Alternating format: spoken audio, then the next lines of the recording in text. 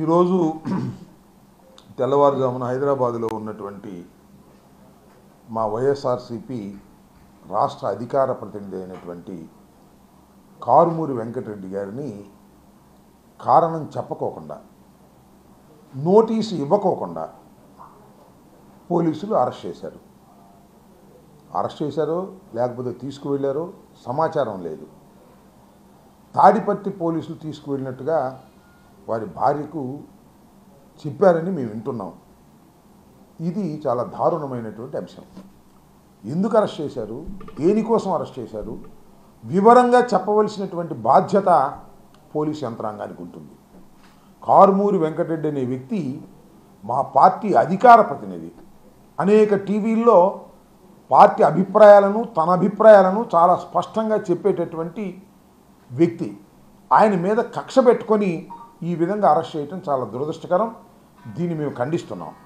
Number 1, ఎక్కడున్నాడు, ఎప్పుడు హాజరుపరుస్తారు, ఎందుకు అరెస్ట్ చేశారు, ఈ విషయాలని ప్రపంచానికి తెలియపరచవలసినటువంటి బాధ్యత పోలీసులకు ఉందని నేను భావిస్తున్నాను. ఈ విషయం తెలుసుకున్న తర్వాత సహజంగానే మేము ఏం చేస్తాం, డీజీపీ గారికి ఫోన్ చేసాం. ఆ సహజంగానే డీజీపీ గారి ఫోన్ ఎత్తడం. సరే, నేను ఆ తాడిపత్రికి సంబంధించినటువంటి ఎస్పీ గారు, ఏది అనంతపురం ఎస్పీ గారికి నెంబర్ తీసుకుని ఫోన్ చేశా. ఆయన ఎత్తరా. ఎవరు సమాచారం ఇస్తారు? మేమేమన్నా జేబు దొంగలమా, మేమన్నా రవిడీలమా, మేమన్నా హత్యలు చేశామా? ఒక రాజకీయ పార్టీలో ఉన్నటువంటి స్పోక్స్ పర్సన్ని దారుణంగా తీసుకువెళ్ళి సమాచారం కూడా ఇవ్వకోకుండా చేస్తున్నారంటే ఇది మానవ హక్కులకు వ్యతిరేకం అవునా కాదా అని ఈ సందర్భంగా నేను చెప్పదలుచుకున్నా. తక్షణమే పోలీసులు దీనికి సమాధానం చెప్పాలి. అదేదో మాకు వచ్చిన సమాచారం ఎంతవరకు నిజమో తెలియదు, వాళ్ళు చెప్తే కానీ మాకు అర్థం కాదు. ఆ పరకామణి కేసులో ఒక సిఐ గారు చనిపోయారు. రైలులో వస్తుండగా, సిబిఐ ముందు హాజరు కావడానికి వస్తుండగా, సిట్ ముందు హాజరు కావడానికి వస్తుండగా ఆయన చనిపోయాడు. అది ఆత్మహత్యో, హత్యో, యాక్సిడెంటో ఏంటో ఇంతవరకు తెలియదు. దాని మీద పత్రికల్లో మాట్లాడాడని, మీడియాలో మాట్లాడాడని అరెస్ట్ చేస్తారండి? నాకు అర్థం కాదు. ఆ నేరస్తుని ఇంతవరకు పట్టుకోవాలా? అది యాక్సిడెంటో తేల్చలేకపోయారు, హత్యో తేల్చలేకపోయారు, ఆత్మహత్యో తేల్చలేకపోయారు. ఇంతవరకు దాని మీద దృష్టి పెట్టినటువంటి పోలీసులు దాని మీద వ్యాఖ్య చేస్తే వాళ్ళని తీసుకుని అరెస్ట్ చేస్తారండి? నాకు అర్థం కాదు. నిన్నగాక మొన్న మరి హిందూపురంలో మా ఆఫీస్ మీద దాడి చేశారు. దాడి చేసిన వాళ్ళు అక్కడ అరెస్ట్ చేశారా? మీరు అరెస్ట్ చేయలే. మా వెంకటరెడ్డి లోకుగా దొరికాడా? మేము అపోజిషన్లో ఉన్నామని మేము లోకుగా దొరికామా? ఏమిటి దుర్మార్గం? ఇలాంటి దారుణమైనటువంటి పరిస్థితుల్ని ఇవాళ రాష్ట్ర పోలీస్ యంత్రాంగం చేస్తుంది. నేను పోలీస్ యంత్రాంగానికి మనవి చేస్తున్నా. I request all the IPS officers, SPs, మీరు ఎవరు చంద్రబాబు చెప్తేనో, ఎవడు లోకేష్ చెప్తేనో వండిలు పట్టుకొస్తారంటే నాకు అర్థం కాదు. ఒక చట్టం, ఒక వ్యవహారం ఏమీ లేదా? భారత రాజ్యాంగం ఏమీ లేదా? ఎవరైనా ఒక మాట మాట్లాడితే, నేను ఏదైనా మాట్లాడితే తప్పు బట్టి కేసు కట్టి తీసుకొచ్చి లోపలేసేస్తారా? ఏమిటి దారుణమని అడుగుతా ఉన్నా. ఒక పొలిటికల్ పార్టీలో ఉన్నటువంటి అధికార ప్రతినిధి కారుమూరి వెంకటరెడ్డి, ఆయన గుంటూరు జిల్లాకు సంబంధించిన వ్యక్తి, పార్టీ పెట్టిన దగ్గర నుంచి పార్టీ కోసం శ్రమిస్తున్నటువంటి వ్యక్తి, టీవీల్లో మాట్లాడేటువంటి వ్యక్తి. ఆయన కొన్ని కామెంట్స్ చేస్తే ఆ కామెంట్స్లో నిజం ఉందో లేదో మీరు తెలుసుకోండి. ఆ తెలుసుకుని దాని మీద ఇన్వెస్టిగేషన్ చేయాలి. కానీ మా ఇన్వెస్టిగేషన్కి అడ్డం వస్తున్నారంటే నాకు అర్థం కాల. ఇవాళ చంద్రబాబు బోల్డెన్ స్టేట్మెంట్స్ ఇస్తున్నాడు, ఏదైనా జరిగితే సంఘటన లేదు, మరొకరు బోల్డెన్ స్టేట్మెంట్స్ ఇస్తున్నారు. ఆ స్టేట్మెంట్స్ ఇచ్చిన వాళ్ళందరినీ మీరు అరెస్ట్ చేస్తూ ఉంటే ఇక పొలిటికల్గా మేము మాట్లాడాలి అవసరం లేదా? అంటే చంద్రబాబు నాయుడిని, తెలుగుదేశం పార్టీని, కూటమిని మేము విమర్శించకూడదా? ఏదైనా సంఘటన జరిగితే విమర్శించకూడదా? పరకామణి వ్యవహారంలో ఒక సిఐ హఠాత్తుగా మరణిస్తే, అది కూడా సిట్ విచారణకు వస్తున్నప్పుడు మరణిస్తే దాని మీద వ్యాఖ్యానం చేయకూడదా? దాని మీద అనుమానాలు వ్యక్తం చేయకూడదా? అది హత్యో, ఆత్మహత్యో, యాక్సిడెంటో తేల్చవలసినటువంటి పోలీసు యంత్రాంగం మాత్రం నిమ్మకు నీరెత్తినట్టుగా ఉంటుంది. ఏదో రోజు ఎంక్వైరీ చేస్తున్నామంటారు, ఇంతవరకు ఏం పట్టుకోరు. ఇలా దారుణంగా వ్యవహరిస్తున్నటువంటి పోలీసు యంత్రాంగాన్ని హెచ్చరిక చేస్తున్నాను. ఇది సరైనటువంటి విధానం కాదు. నేను ఇమీడియట్గా రికమెండ్ చేస్తుంది, ఇమీడియట్గా నేను డిమాండ్ చేస్తుంది ఏంటంటే, తక్షణమే కారుమూరి వెంకటరెడ్డిని ఎందుకు తీసుకువెళ్ళారు, కారణాలు ఏమిటి, ఎప్పుడు కోర్టులో ప్రొడ్యూస్ చేస్తున్నారు, ఏ సెక్షన్లు మీరు వేశారు, ఇది ప్రాథమిక హక్కు. మీరు కేసు రిజిస్టర్ చేసిన తర్వాత తెలియపరచవలసినటువంటి బాధ్యత పోలీసు యంత్రాంగానికి ఉంటుంది. ఇదేమి డిక్టేటర్షిప్ పరిపాలన కాదు, ఇది ప్రజాస్వామ్యయుతంగా జరుగుతున్నటువంటి పరిపాలన. రాజ్యాంగబద్ధంగానే ఏ నాయకులైనా వ్యవహరించాలి. ఆయన ముఖ్యమంత్రి కావచ్చు, ప్రధానమంత్రి కావచ్చు, హోంమంత్రి కావచ్చు, ఎవరైనా సరే చట్ట ప్రకారం చేయవలసిందే. మీకు అనేక సందర్భాల్లో చెప్పా, డీజీపీ గారు సమాధానం చెప్పరు, ఎస్పీ గారికి ఫోన్ చేస్తే ఎస్పీ గారు సమాధానం చెప్పరు, ఏ పోలీస్ అధికారి సమాధానం చెప్పరు.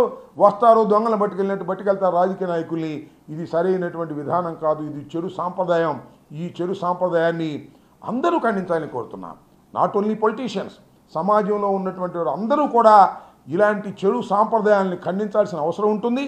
అలా ఖండించకపోతే అరాచకం ఏర్పడేటటువంటి ప్రమాదం ఉన్నదని మాత్రం ఈ సందర్భంగా నేను చెప్పదలుచుకున్నాను. మరొకసారి రీట్రేట్ చేస్తున్నాను.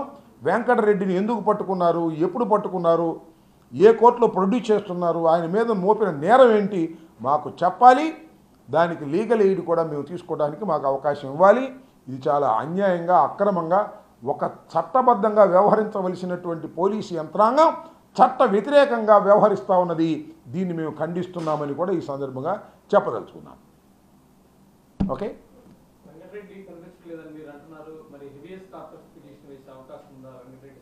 చూద్దాం. పొద్దున 7 గంటలకిగా, పొద్దున 7 గంటలకు 6 గంటలకు తెల్లవారు తీసుకెళ్లారు. Will take all the legal actions. చూస్తాం, మేము ఎంక్వైరీ చేస్తున్నాం. వాళ్ళు కోర్టులో ప్రొడ్యూస్ చేయకపోతేనో, మేము అరెస్ట్ చేయలేదంటేనో, లేకపోతే తీసుకెళ్ళి కొడితేనో ఇమీడియట్గా వీళ్ళు కొట్టుది లీగల్ ఎయిడ్, హెబియస్ కార్పస్ వేస్తాం. ఎంతకన్నా పెద్ద అవసరం సుప్రీంకోర్టు కూడా వెళ్తాం. ఎక్కడ వెనుకాడే ప్రశ్న లేదు. చట్ట ప్రకారంగా వారు చేయవలసిన విధులు వాళ్ళు చేయకోకుండా చట్ట వ్యతిరేకంగా చేస్తున్నప్పుడు వాటికి ఉన్నటువంటి లీగల్ ఆప్షన్స్ అన్నింటినీ కూడా మేము తీసుకుంటామని కూడా ఈ సందర్భంగా చెప్పదలుచుకున్నాం. ఏమో మాకేం తెలుసు, ఏముంటాయి కేసులు? రోజు మాట్లాడుతూ ఉండరు కదా మీడియాలో, మీరు చూస్తూ ఉన్నారు కదా. ఏముంటాయి కేసులు? మాట్లాడినందుకు కేసులా? అంటే వాక్ స్వాతంత్రం లేదా? అంటే వాక్ స్వాతంత్రం ఉంది కదా అని చెప్పి బూతులు తిడితే అది వేరే విషయం. ఒక ఇష్యూ జరిగినప్పుడు పొలిటికల్గా మాట్లాడాలా అవసరం లేదా అని అడుగుతా ఉన్నా. ఓ పొలిటికల్గా మాట్లాడితే అది కేసా? అంటే పొలిటికల్గా ఎవడో మాట్లాడడానికి వీల్లేదా ఈ రాష్ట్రంలో? కూటమి ప్రభుత్వం మీద పొలిటికల్గా విమర్శ చేయకూడదా? చేస్తే లోపలేస్తారా? ఏమిటండి ఆ ధోరణి? నాకు అర్థం కాలేదు. పోలీస్ యంత్రాంగాన్ని ఎన్నాళ్ళు ఉపయోగించుకుంటారు మీరు?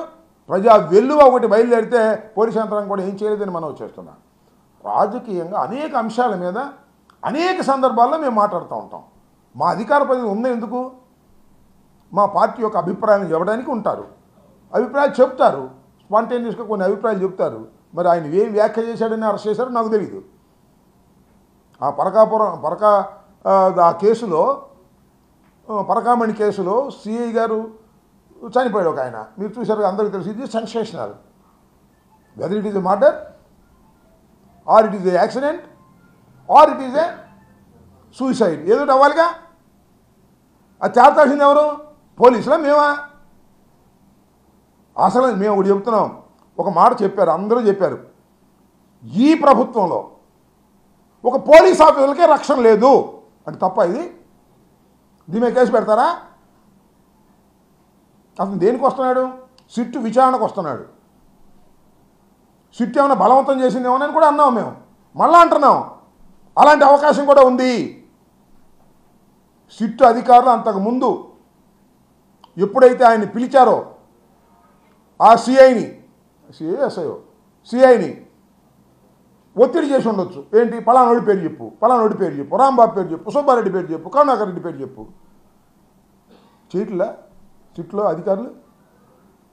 మీరు గుర్తుందా, లిక్కర్ కేసులో చాలామంది ఇలాగే బలవంతం చేశారని కోర్టుకు వెళ్ళారు. కోర్టుకు వెళ్ళి మమ్మల్ని బలవంతం చేస్తున్నారండి పోలీసులు, పలానా పేరు చెప్పమని మా ఇంటికి వచ్చి ఎంక్వైరీ చేయమంటే కోర్టు ఆర్డర్ ఇచ్చింది.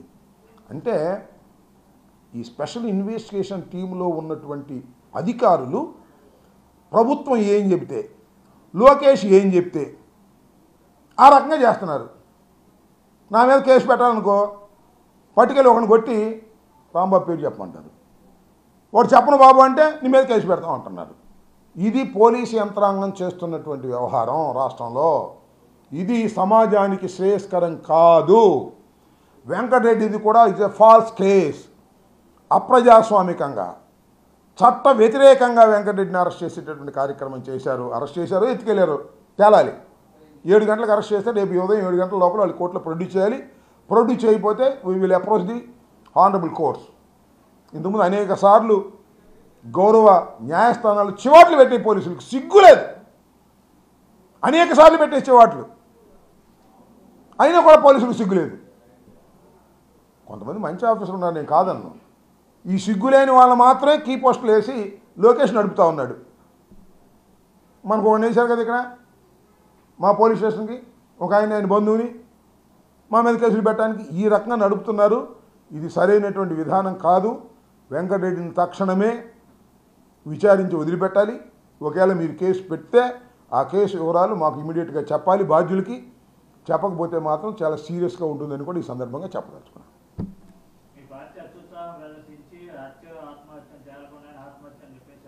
100 మంది 100 చెబుతారండి. 100 మంది 100 చెబుతారు. అదేంత అత్యుత్సాహం ఏంటి నాకు అర్థం కాలేదు. నేను మాట చెబుతాను. శర్మ గారు బాగా అడిగారు. ఇది జరగంగానే ఇది హత్య అని చెప్పాడు ఒక ఆయన లోపల వద్దా తెలుగుదేశం ఆయన.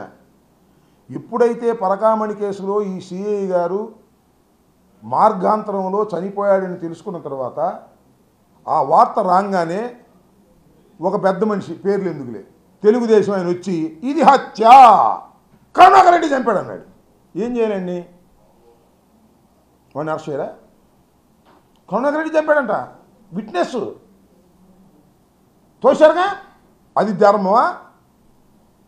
ఏమండి? ఇంకో ఆయన వచ్చాడు ఆయన తర్వాత ఇది వైసీపీ వాళ్ళే చంపేశారు అన్నాడు.